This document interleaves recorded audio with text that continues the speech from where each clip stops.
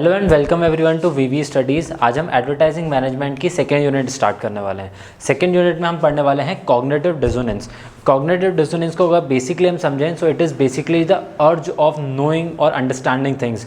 जैसे कि हम कोई ऐड देखते हैं, हम किसी प्रोडक्ट के बारे में सुनते हैं, हम किसी सर्विस के बारे में सुनते हैं, तो कुछ ऐसी चीज़ें होती हैं जिनको सुन के हमारे मन में क्यूरियोसिटी आ जाती है। फॉर एग्जाम्पल, अगर कोई स्पोर्ट्स एंथुजियास्ट है और मार्केट में कोई नया बैट आए, ठीक है, जनरली इट्स हर कोई इसी चीज़ के साथ कोरिलेट नहीं कर पाएगा, but everyone has their own behaviour, everyone has their own understanding, everyone has their own क्या बोल सकते हैं, एक तरीके से आइडियाज़ क्या हैं उन लोगों के, वो सबके अलग अलग होते हैं। जैसे कि हो सकता है किसी को स्पोर्ट्स अच्छे लगते हो, किसी को लाइफस्टाइल अच्छा लगता हो, किसी को फूड अच्छा लगता हो, किसी को कार एक्साइट करती हो, किसी को मोटर बाइक्स एक्साइट करती हो। सो बेसिकली हर एक पर्सन का अलग अलग थिंकिंग होती है, अलग अलग पसंद होती है। तो जैसे अगर कोई नया स्पोर्ट शूज़ आएगा तो हो सकता है वो चीज़ मेरे को एक्साइट करे, कोई नई कार आए तो हो सकता है वो किसी और पर्सन को एक्साइट कर सकती है, हो सकता है टेक्नोलॉजी वाइज कुछ नया चेंजेस आए हों तो वो किसी इंसान को अच्छे लग सकते हैं। जब वो नया प्रोडक्ट लॉन्च होगा, जब उस नए प्रोडक्ट के बारे में आप सुनोगे तो हो सकता है कि आपके मन में क्यूरियोसिटी डेवलप हो जाए to know more about that particular product. जैसे कि अगर मान लीजिए आज एक नया कोई ऐप लॉन्च हो जिसमें जैसे अमेज़ॉन प्राइम है, जैसे नेटफ्लिक्स है, जैसे अलग अलग OTT प्लेटफॉर्म्स है। अगर कोई नया OTT प्लेटफॉर्म आएगा तो हो सकता है आपके मन में क्यूरियोसिटी आए कि इस पर कौन से किस तरीके की, कौन से जो जॉनर की मूवीज़ आने वाली हैं, कौन से जॉनर की सीरीज़ आने वाली हैं, या फिर नया क्या कंटेंट आने वाला है, that may excite you. So everyone has their own curiosity level. So understanding this thing कि आपके मन में कहाँ पे कॉग्निटिव डिसोनेंस आ सकता है, जहाँ पे आपके बिलीव्स कुछ और हैं लेकिन आपके बेसिकली आपकी अंडरस्टैंडिंग, आपके बिलीव्स, आपके प्रिंसिपल कॉन्ट्राडिक्ट कर रहे हैं एक दूसरे के साथ। फॉर एग्जांपल, जैसे हम बेसिक अगर समझें कि कॉग्निटिव डिसोनेंस क्या है, so it is basically situation involving conflicting attitudes और बिलीव्स, जहाँ पे आपके एटीट्यूड और आपके बिलीव्स और जो सीन वहाँ पे है, जो प्रोडक्ट है, जो आपके पास सर्विस आप सप्लाई आप कंज्यूम कर रहे हो। जैसे कि आपने कोई नया प्रोडक्ट खरीदा है बट आप उसको जस्टिफाई नहीं कर पा रहे हो कि आपने वो प्रोडक्ट क्यों खरीदा है। फॉर एग्जांपल, मान लीजिए मैंने कोई एक नई कार खरीदी है, बट वो कार के हो सकता है कुछ बहुत अच्छे फीचर्स हों। जैसे कि मैंने जब वो कार ली हो तो उसके स्टाइल देख के ले लिया कि मेरे को वो कार बहुत क्लासी लग रही है, तो मैंने वो कार ले ली। हो सकता है कि उसके सेफ्टी फीचर्स भी अच्छे हों, हो सकता है उसकी हैंडलिंग भी अच्छी हो, बट कोई मेरे पास आया और मुझे उसने बोला कि इस गाड़ी का ना कंफर्ट उतना अच्छा नहीं है। हो सकता है ये प्रूवन चीज़ भी हो कि अगर मैं इसको लॉन्ग डिस्टेंस में अगर ट्रैवल के लिए यूज़ करूँगा तो वो इतनी ज़्यादा मेरे लिए इंपॉर्टेंस ना रखे, तो मैं उसको जस्टिफाई नहीं कर पाऊँगा कि मैंने कार क्यों खरीदी है। बिकॉज हर इंसान का बिलीफ वो नहीं होता है कि आप कार खरीद रहे हो तो आप उसके लुक्स देख के ले लो, या फिर आप उसकी हैंडलिंग देख के ले लो।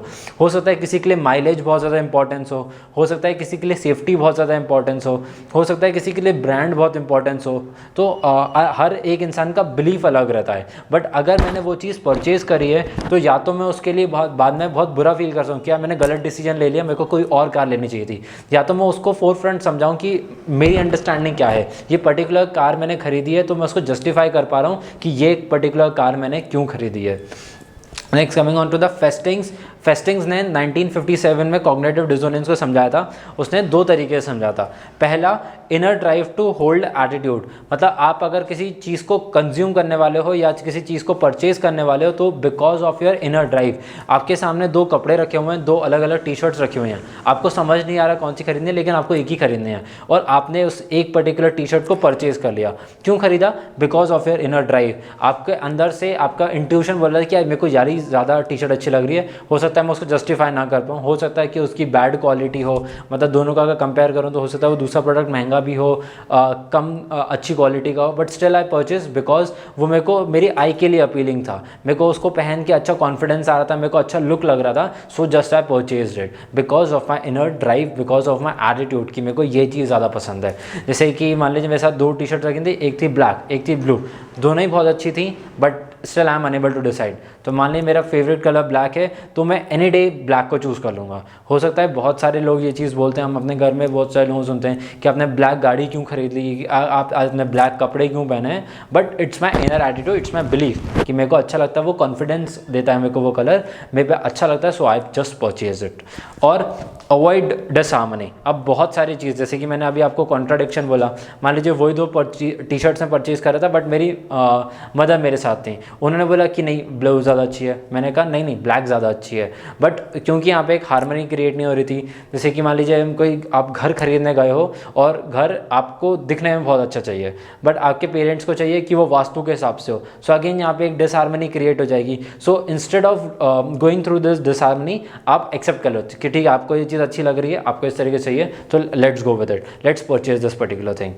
Next coming on to basically जो फेलिंग्स की थ्योरी थी, that was a powerful motive to maintain cognitive consistency.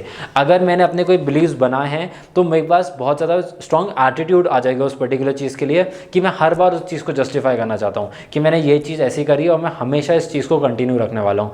अगर मैं पर्टिकुलर ब्रांड एंडोर्समेंट हूँ, जैसे मेरे को पर्टिकुलर बहुत स्टिक हो चुका हूँ कि मुझे इसी जगह की पर्टिकुलर चीज़ अच्छी लगती है, फॉर एग्जाम्पल इफ़ आई से कि मुझे डोमिनोज का ही पिज़्ज़ा अच्छा लगता है और कहीं का पिज़्ज़ा अच्छा नहीं लगता, तो मैं स्टिक करूँगा उस चीज़ के लिए और हमेशा हर इंसान को जस्टिफाई करूँ। कि मेरे को बोलेगा कभी कि लेट्स गो टू पिज़्ज़ा हट, मैं बोलूँगा नहीं मेरे को डोमिनोज पसंद है, डोमिनोज पे चलते हैं।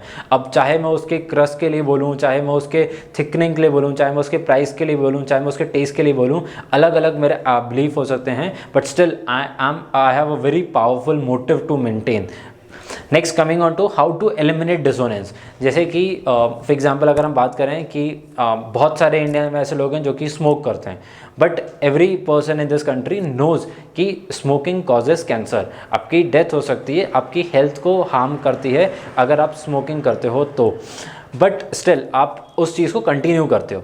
अब आपके पास हो सकता है कि जैसे मान लीजिए कोई हो कि जिसने फर्स्ट टाइम सिगरेट पी हो, तो उसका बिलीफ था, उसके बचपन से प्रिंसिपल्स थे कि मैं कभी भी स्मोक नहीं करूंगा, बट उसका कभी हो सकता है कि कभी वो मेंटल उस सिचुएशन में हो, या फिर उसने पीयर प्रेशर में आके या उसके फ्रेंड ने बहुत ज़्यादा इन्फ्लुएंस किया हो कि ट्राई कर ले, और हो सकता है उसने सिगरेट ट्राई कर लिया हो, बट उसके बिलीफ नहीं था, उसके प्रिंसिपल ने नहीं माना कि मेरे को स्मोक करनी चाहिए थी, but still he did it. तो हो सकता है कि उसके बाद उसको बहुत ज़्यादा गिल्टी लगे। अगर हो सकता है चलो वो गिल्ट से बाहर आ जाए, तो उसके मन में हमेशा ये चीज़ रहेगी क्या मैंने कुछ गलत कर दिया, मेरे प्रिंसिपल से नहीं बोलते।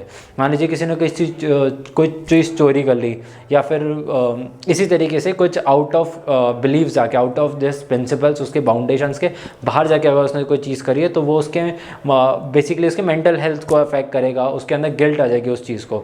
तो अब वो इस चीज़ से कैसे निकल सकता है, कि इस डिसोनेंस को एलिमिनेट कैसे करे। तो एलिमिनेट करने के भी अलग अलग तरीके होते हैं कि या तो आप अपने एटीट्यूड को चेंज कर लो कि नहीं यार मेरे को पहली बार में ऐसा सिगरेट ने मेरे को कोई हार्म नहीं किया, मेरे को तबीयत ख़राब नहीं हुई उस दिन, मेरे को अच्छा लगा, मैं अच्छे एक मेंटल स्पेस में था, so I think I should continue with this thing. एक बार ट्राई करता हूँ, 2 बार ट्राई करता हूँ, और हो सकता है कि वो उसकी हैबिट बन जाए फिर चीज़।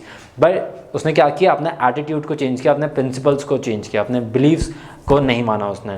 और what he can do is कि जस्टिफाई कर पाओ उस चीज़ को, जो वो चीज़ कर रहा है। कोई उसको बोले आके, उसके पेरेंट मान लो उसको पकड़ ले, उसको बोल समझाएं कि जो आप कर रहे हो वो सही नहीं है, smoking can cause severe health diseases, आपको कैंसर हो सकता है, आपकी अर्ली एज में डेथ हो सकती है। बट वो इस चीज़ को जस्टिफाई कैसे कर सकता है, बहुत सारे लोग हैं, अब हर सिगरेट पीने वाले को कैंसर नहीं होता, तो हो सकता है वो जस्टिफाई कर दे कि ये 85 साल के अंकल है, 90 साल के अंकल हैं, ये भी स्मोक करते हैं। बट यहाँ पे उसने क्या किया, उसको पता है कि that smoking causes cancer, but उसने जस्टिफाई करने के एक तरीका ढूंढ लिया। तो अब उसके मन में वो शायद गिल्ट नहीं रहेगा, और वो सामने वाले को एक्सप्लेन भी कर पा रहा है इस चीज़ से। हो सकता है वो जस्टिफाई नहीं कर पाए, बट उसने एक एग्जाम्पल ढूंढ लिया है कि मैं इन्हीं की तरह बना चाहता हूँ कि भाई मैं 85 साल तक जीऊँगा, मुझे कैंसर नहीं होगा, but still I can smoke. और what he can do is कि कम्प्लीटली एलिमिनेट कर दो उस चीज़ को। वो मान ले कि भाई एक बार गलती हो गई, एक बार मैंने अपने प्रिंसिपल्स को कॉम्प्रोमाइज़ कर दिया, नेक्स्ट टाइम मुझे कोई भी कितना भी प्रेशराइज करे या कैसी भी सिचुएशन आ जाए, मैं उस चीज़ को वापस कंटिन्यू नहीं करने वाला हूँ। सो ये इस तरीके से आप अपने डिसोनेंस को एलिमिनेट कर सकते हो। Coming on to the points, reduce the importance of dissonant believe, कि आपके मन में जो चीज़ चल रही थी आपने उस बिलीफ को ही ख़त्म कर दिया, उसकी इंपॉर्टेंस कम कर दी। Next, add more consonant believes, आप और नए नए अपने प्रिंसिपल्स बनाते आते हो और नए बिलीव्स बनाते आते हो अकॉर्डिंग टू द सिचुएशन। एक साल पहले आपको कोई चीज़ लग रही थी, बट एक साल बाद आपको वो चीज़ कंटिन्यू नहीं करने लग रही है, आपको लग रहा है कि नहीं वो चीज़ में शायद उस टाइम पे सही माइंड स्पेस में नहीं था, मैंने गलत डिसीजन ले लिया था, I should change that belief. अब आप अपने प्रिंसिपल्स चेंज कर सकते हो, आप अपना एटीट्यूड, अपना बिहेवियर चेंज कर सकते हो उस पर्टिकुलर प्रोडक्ट के थ्रू। I hope the topic is clear to you. If you have like the video then please click the like button.